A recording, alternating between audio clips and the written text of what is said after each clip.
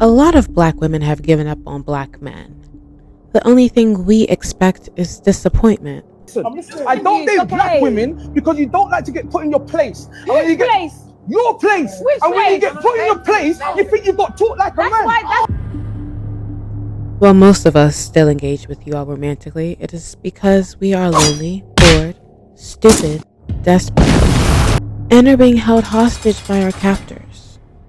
Seriously, man, if we height weight adjusted you, you will be the size of an offensive or defensive lineman.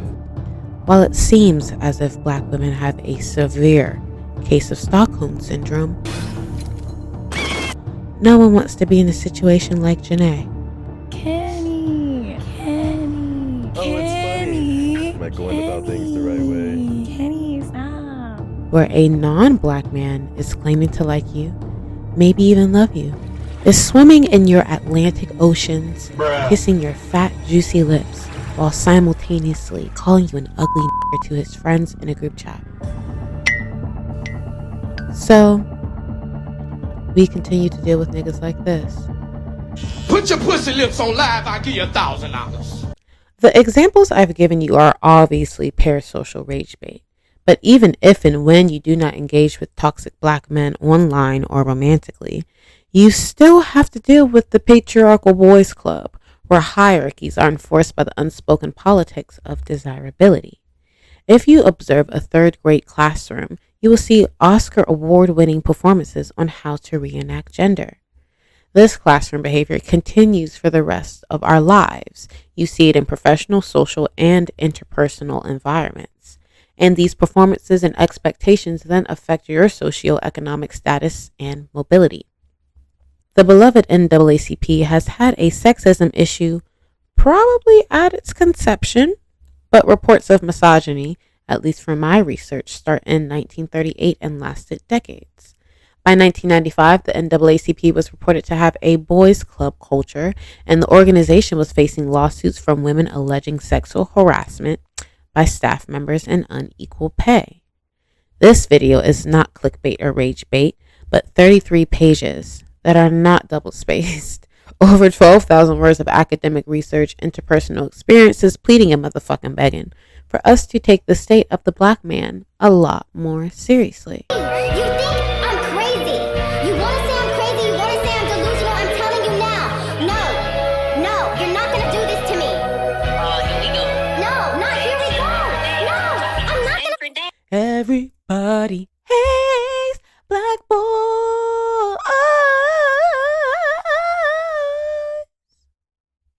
Yeah.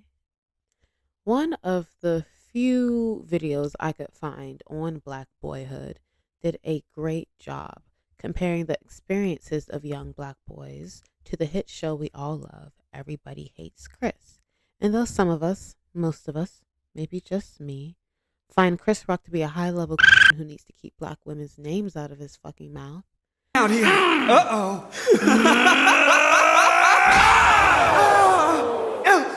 Wow! Will Smith just slapped the shit out of me! Keep my wife's name out your fucking mouth! Wow, dude.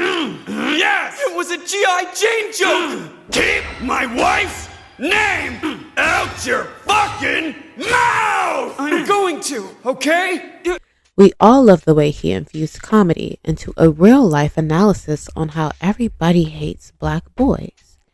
Every episode we saw Chris's community and school fail him. His family life was only a little bit better. While it was an environment filled with lots of love, Chris was loved in very harsh ways. But it was harsh because the outside world is always harsher. As a whole community, we fail black boys every day. We are not raising them. The CIA is. Every cultural step we have taken to better the black community has been infiltrated, restyled, and sold back to us. We make gold, and the United States government then turns it into shit. We are professional shit eaters. And instead of nurturing our black boys, protecting them from harmful narratives, pushing them to their potential, we throw the shit at them.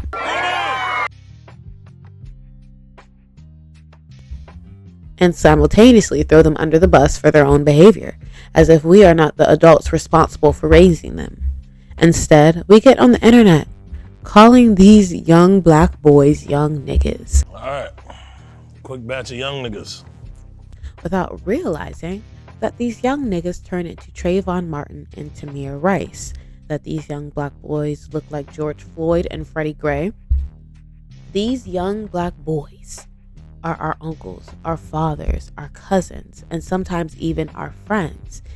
These young niggas would allegedly be the leaders patriarchal people claim men should be. I'm not blaming the black community for police violence, systemic disenfranchisement, or racism, but the black community has not taken any initiative to save our children from the CIA infiltration. My man's Killer. Caleb? Killer. Oh, Killer. Man. What's that again? What's that? Stand over him. Oh, okay. How old is he? 13. You do not have to be a man to be a patriarch, silly goose. Unless you actively renounce patriarchy in your personal life, men, women, and all people on the gender spectrum and sexual orientation spectrum can be patriarchal. Despite my protests, I see black women raising their families patriarchally every day. Under this pretense, we believe it is the biological right of black men to lead our communities. What they call you? Murder? That's bro over here. Oh, that's his name. Bro right there. I'm Murder. Murder. Oh, okay. The government thinks this as well, and the prison industrial complex has done a great job separating the black man from his family since abolition was granted. When I decided to see what the black men in the black manosphere were actually talking about, them complaining about the family court systems was not what I was expecting. A talking point in the black manosphere is how black women weaponize their femininity to abuse family court systems in their favor. While I know nothing about this interpersonally or academically, I was a little annoyed at the claim, but elated because this would suggest that black men really do want to be a part of their children's lives in meaningful and healthy ways. But do black men want to be in their children's lives because they are interested in their children's holistic health, their mental health, and because they just love their children, or because they're interested in reclaiming the authoritative patriarchal control they once had over the family unit and black community? These black men are addicted to the member berries. I remember. Remember Reagan? Oh, I remember. Where they sit on the couch dreaming of grandma and grandpa's marriage when one income could support a whole household. The working class was revolutionarily unionized, the wealth gap was drastically smaller, and the price of milk was $1. And they could then easily slap their wives around and nobody would give a fuck. If the black men in the manosphere were actually interested in restoring the black community, we would see discussions on how to raise our children properly. I would see the in-depth, strategic, methodical, and planned out videos talking about parenting, how to parent, and the parenting crisis we are currently in.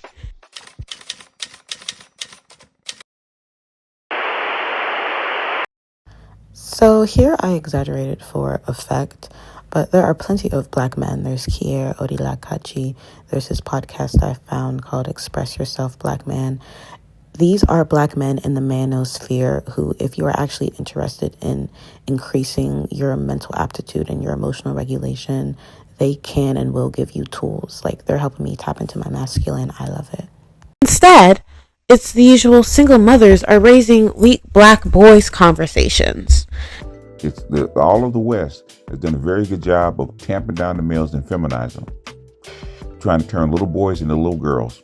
I would see topics on boyhood, what it's like to be a black boy, the contradictions, the juxtapositions, what they loved, what they hated. They would talk about the mental health crisis without blaming women for it. They would create safe spaces for men to be vulnerable and emotional. And they would create safe spaces for victims of sexual assault so that they could come forward safely and so that they could be fucking believed. They would talk about how black boys are assaulted and molested by black women and how no one gives a fuck and how no one wants to talk about that seriously either. If the black men in the manosphere are the true black masculine men we have to lead the black community, we are absolutely fucked. Alan, we are so fucked. Why? From what I've seen, they are made up of academically accomplished whiny bitchy babies. They don't have a real plan for us. They just complain about the black feminists, the mean baby mamas, the gays, the chicks with dicks, and the masculine, hairy-chested, bearded, heterosexual women who don't want to submit. You know, I call chicks like this dudes, okay? The dudes are straight women that basically are men with vaginas, okay? Oh, also, we don't want to shave our armpits because it gives us ingrown hairs. I'm a nigga. My hair curls. Whatever.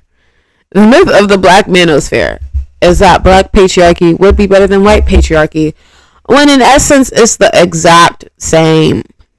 I too eat the member berries.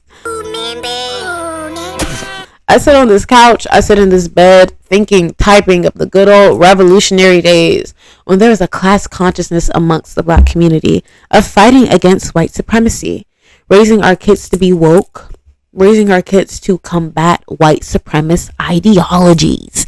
The way that we used to speak, the diction, the dialect, the way that we walked, the pride we took in our appearance, the choice to embrace natural black women and natural black hairstyles. These are the choices of the patriarchal black men that I embrace and cherish. But everything else has to fucking go. You know, most people commit suicide are men. Most people who work in dangerous workplaces are men. Most people who fight in war are men. And who set that system up?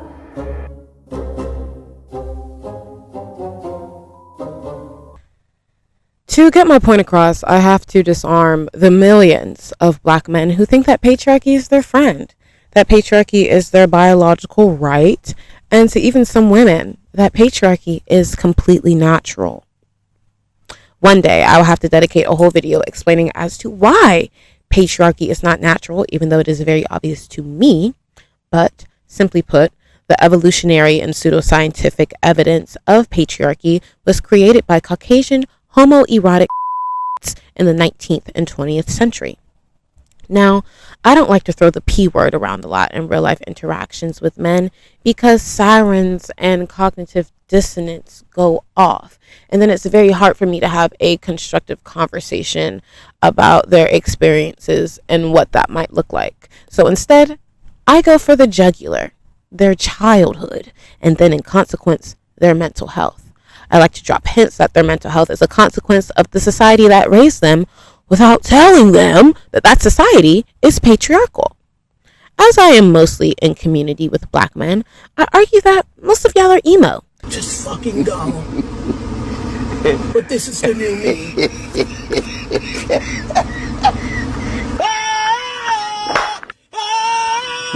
If you were girls, you would wear black eyeliner on your face every day, wear fishnet tights and combat boots, and have your top lip pierced.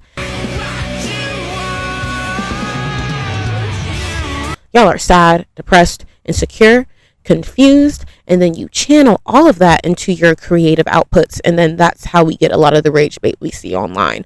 So I'm going to do the same thing. There are 3 categories of black men. You're in complete denial about your lack of emotional regulation. Play video games all day.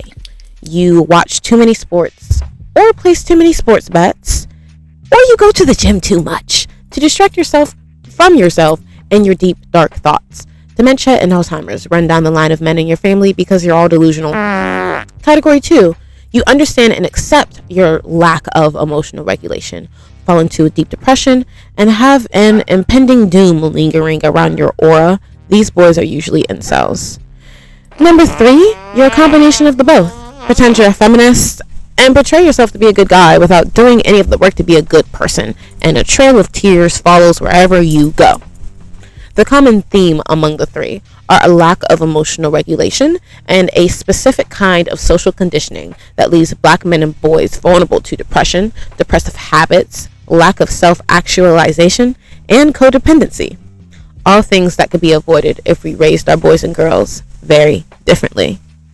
In this Western patriarchal and capitalistic society, which has unfortunately infiltrated its way into every crevice and corner of this world, children are not raised to self-actualize. They are raised to either be capital or support the people in their lives bringing in capital. Parenting under these conditions sucks. It sucks ass. And while our parents might not always suck, mine most definitely do not, their parenting at times sucks shitty butt. It is not because they are shitty people, but because as parents, it is their job to produce children that have the ability to produce. If one's offspring does not grow up to be a productive person in the way that capitalism expects them to, your parents are failures, which also affects their social and economic status and mobility. Producing productive children in capitalism is the goal of parenting. In this Roman common era, feudal, palace, and mercantile economies of the past have always put pressure on parents to have children for productiveness and capital. The consequences of this multi-thousand-year-old tradition has now reached its peak. For the first time since we were hunter-gatherers, are we having deconstructive, open, and honest conversations about gender performance, its relationship to our economies, and government structures. Knowing that Gen Z is the first generation born with black feminist ideology already solidified makes me feel a lot better about the impending gender war and how nuclear it is. The conservative Gen Z boys who are going back to church, voting for Donald Trump, and who can't find a girlfriend are facing the consequences of the hip-hop generation's parenting. While girls are taught to be independent, that we don't need a man to be happy, and that we're better off tricking than loving, the parenting that boys receive is still very traditional and in a very narrow lane. This leaves our generation ideologically separated, violently hypocritical, and adamantly inhumane to one another. Because these bodies have always been seen as something that could be easily discarded, there's no respect for their bodies and a complete dismissal of their brains. Realize you live in a world where your humanity is constantly being challenged and constantly being questioned. It's okay to envision something else. And what is that something else going to look like? I don't know. But this can't be all there is, because this doesn't work. This isn't working for anyone. While I might be, and will continue to be, inflammatory for a comedic effect, this is a very serious conversation. The black community is not the only community that has a patriarchy and parenting problem. It is just, well, I'm a nigga, and I want to help the other niggas in the community that I belong to raise younger niggas in a way that puts self-identity, mental health, and personal actualization at the forefront of childhood. It is my personal belief. It is my personal belief that every person on this earth is born with a gift. It is then the job of the adults in your life to find that gift, to nurture it, and to lastly help you understand how to share that gift with the rest of your community. This does not mean that your gift has to produce capital, but it means that you are given a gift in the womb for you to give to your community, the community in which you also belong. This is not how most children are raised. In reality, when I ask people if they know what their gifts are, they do not know. And it always breaks my heart. And while I always have many critiques in my childhood, my parents have dove deep into my autistic fixations I had at every point in my life. I was taking piano lessons in the 1st grade. I was on a select travel team in the 2nd grade. They got me crocheting supplies in the 3rd grade. My mother bought me a sewing machine in the 5th grade. I took singing lessons in middle school. They went to all my recitals, my choir concerts, my mock trial competitions, my soccer games, and award ceremonies in high school. I do not think they realized the monster they created because all of the creative support really stopped as I became an adult. Something my parents and I have argued and went back and forth about for the past 6 years is how I'm going to become a capitalistically successful person. The catch-22 of raising your child in a way that fully nurtures their gifts is that when they're an adult, they might actually think that they can be anything, that they can make a living off of what they enjoy, instead of going the route that ensures capitalistic success. My father was one of the first men, if not the first man, in his family to get a master's degree. My mother has a doctorate degree in education, and my older sister also has a master's degree. I, on the other hand, have not finished my associates and have chosen other routes to bring capital into my life that brings me such joy and fulfills my spirit. This terrifies my family, and as a result has caused an immense amount of confusion and hurt feelings. What I've learned from all of these experiences and lessons of becoming an adult that I can love and respect when I look in the mirror is that I had to actively not give a fuck about the expectations of my family while simultaneously dealing with the consequences of not following their directions. Luckily enough for me, I have disappointed my parents enough times now that they just let me do my thing. They let me learn my lessons, and they let me learn my mistakes, because I make a lot, while I go on this journey of continuing to self-actualize as a young adult and as an authentic person. In your parents' eyes, none of that fucking matters if you're not able to obtain your material needs, which is very true. We are mortal, existing in carbon, finite bodies. We need our physical needs met to be healthy. But as a human race, we have an ability to self-actualize in a way no other organism has the ability to. While people with their material needs might be able to buy the food they need or be sheltered in a safe environment, that does not mean that they are mentally healthy or morally fulfilled. Raising your child to conform to the needs of society and to be able to produce capital might allow them to live physically, but kills them spiritually. We are now dealing with people who are spiritually dead, thinking that they can fulfill themselves with more material experiences and gains. My major issue with a lot of black men and men in general is that they are spiritually dead. They have no sense of belonging to the community. They have no sense of belonging. They have no sense. And they have no sensical understanding of who they are outside of who we tell them they have to be. This is what patriarchy and what patriarchal economies require, y'all. A stripping of self. Raising boys in patriarchy kills their spirit, soul, and none of you all care. All because you don't want to raise a bum. Wet wipes case a bum try to touch me. Ew. There are a couple choices black parents make that kill the spirit of their black sons. Well, I could say just stop perpetrating patriarchy. That's not specific enough, and I know men need specific instructions to combat their weaponized incompetence. Most of the critiques I have are under the framework and overall goal to stop policing young boys, to stop policing children, and to stop policing ourselves. In my next video, my goal is to start a conversation on how we can raise spiritually sound black boys who don't want to kill themselves. Seems pretty easy. See you there.